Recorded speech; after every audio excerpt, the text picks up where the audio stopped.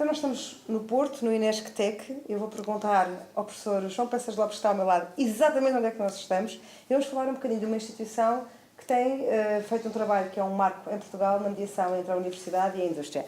Professor, onde é que nós estamos exatamente aqui, neste laboratório especial do Inesc no Porto? Bom, em primeiro lugar, nós estamos no campus da Faculdade de Engenharia da Universidade do Porto e estamos no Inesctec, que é uma instituição de interface da Universidade do Porto.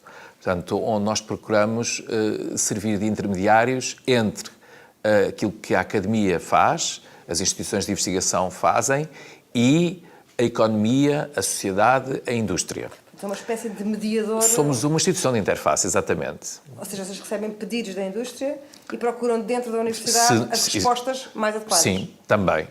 Mas não só. Mas não só, ou seja, nós temos que ter capacidade de, por nós próprios, desenvolvermos soluções antecipando o futuro. Mesmo que não venham ter connosco a perguntar-nos o que é que precisamos de fazer. E quando pensam essas soluções, o que é que fazem? Batem à porta da indústria? Nessa altura batemos à porta da indústria, exatamente. Perguntam-lhes se estão interessados? Nessa altura apresentamos-lhes soluções, procuramos trazê-los a reuniões, apresentarmos-lhe propostas para vermos se há oportunidades de fazermos coisas em comum. Em conjunto. E tem sido, esse movimento tem sido crescente? Cada vez mais. Somos bem... É claro que temos de ser muito proativos. Não é? Portanto, a posição fácil de ficarmos sentados à espera que venham ter connosco não funciona, não chega. Nós precisamos de ir junto da indústria, junto da economia e procurar perceber quais são os problemas deles, fazer-lhes ofertas de soluções e ver se podemos trabalhar para eles no sentido de otimizar os processos produtivos, no sentido de reduzir os custos com a produção, serem mais eficientes globalmente. Como é que conseguem esse método? Porque geralmente uma das queixas antigas, que hoje penso que já será uma queixa bem mais pequena... Isso é um mito urbano, exatamente. Que as pessoas na universidade não percebem as necessidades de quem está na indústria, porque a indústria... Também existe. Existe? Também existe, quer dizer... Mas como é que vocês aproximam como é que vocês, no fundo, conseguem aproximar esses dois mundos, que é esse o vosso papel? Porque, vamos lá ver, nós pertencemos, felizmente, a uma geração que começou por perceber que não podia isolar-se e ficar a fazer desenvolvimento de conhecimento fechados do mundo. Nós percebemos que tínhamos que partir para conquistar o mundo. E o mundo está lá fora. E, portanto, o que percebemos é que tínhamos que, por um lado, antecipar o futuro. Depois, perceber a realidade e procurar adaptar essa antecipação do futuro à realidade e, com isto, fazer com que se desenvolvam novas soluções, novos produtos que servem à indústria, que servem à economia e que, com isto, vão aumentar a capacidade produtiva, vamos ser úteis no sentido da criação de emprego qualificado e vamos trazer mais riqueza à sociedade portuguesa. Há pouco, quando conversávamos, disse-me que um dos grandes trunfos que o Inesctec também tem tido é na capacidade de angariar financiamento. Sim. Que permita suportar a investigação, Sim. Depois também há a dar resposta a estas necessidades que estamos aqui a falar. Como é que tem sido esse processo de ir buscar esses financiamentos e porquê é que vocês são tão bem-sucedidos a fazê-lo? Bom, em primeiro lugar, gostava de dizer que nós temos um financiamento da nossa atividade que é, eu diria, totalmente competitivo. Portanto, embora ele tenha três grandes fontes. Um financiamento estrutural, que conseguimos a partir daquilo que a Fundação Ciência e Tecnologia nos entrega, mas que é, como disse, um financiamento competitivo, porque resulta de uma avaliação que é feita de candidaturas que fazemos a projetos de investigação.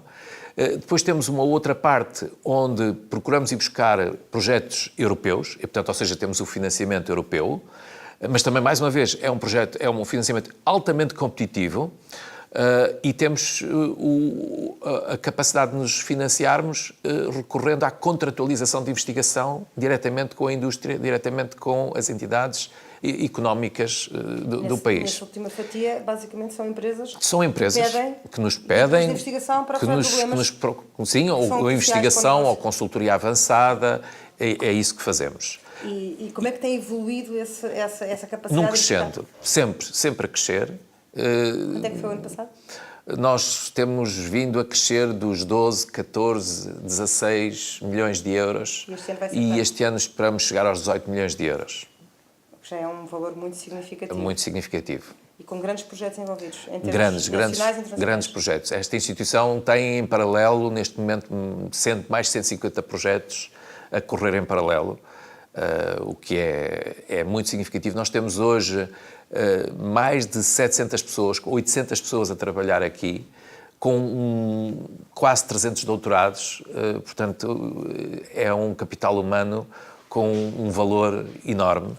Quais são as áreas onde vocês mais trabalho têm? Ou seja, são as áreas preferenciais a esta altura, em termos de investigação orientada para a indústria? Nós tentamos cobrir várias áreas. Portanto, vamos desde a energia, às ciências de computadores, às telecomunicações, à robótica, à fotónica, portanto, à indústria 4.0. Portanto, estamos em todas as áreas. Estamos um pouco presentes por todos os lados. Em Portugal e fora de Portugal? Em Portugal e fora de Portugal, claro, através, por exemplo, dos projetos europeus. E não só. Nós hoje temos trabalhos de contratualização, contratualizamos trabalhos diretamente com a indústria estrangeira. Por exemplo, nós trabalhamos diretamente com a Siemens AG, não trabalhamos com a Siemens Portugal. Também trabalhamos com a Siemens Portugal, mas trabalhamos com a Siemens AG, trabalhamos com empresas estrangeiras. Nós temos trabalhos no Brasil, desenvolvemos grandes projetos fora de Portugal. Portanto, ou seja, a contratualização é feita fundamentalmente em Portugal, mas também fora de Portugal. Isso significa, isto é um clichê, mas na prática o que nós estamos a dizer é que claramente nestes 20, 30 anos, Portugal transformou, há um setor que podemos chamar como os nossos cérebros, a nossa capacidade de produzir conhecimento, que é neste momento valorizada, não só dentro de portas como fora de portas, e que já é claramente uma das nossas, fica esquisito dizer assim, um dos nossos produtos de exportação. Sim, sem dúvida. Aliás, esse é inclusivamente um problema que podemos ter, que é os nossos meios humanos, os nossos cientistas, são hoje disputados internacionalmente.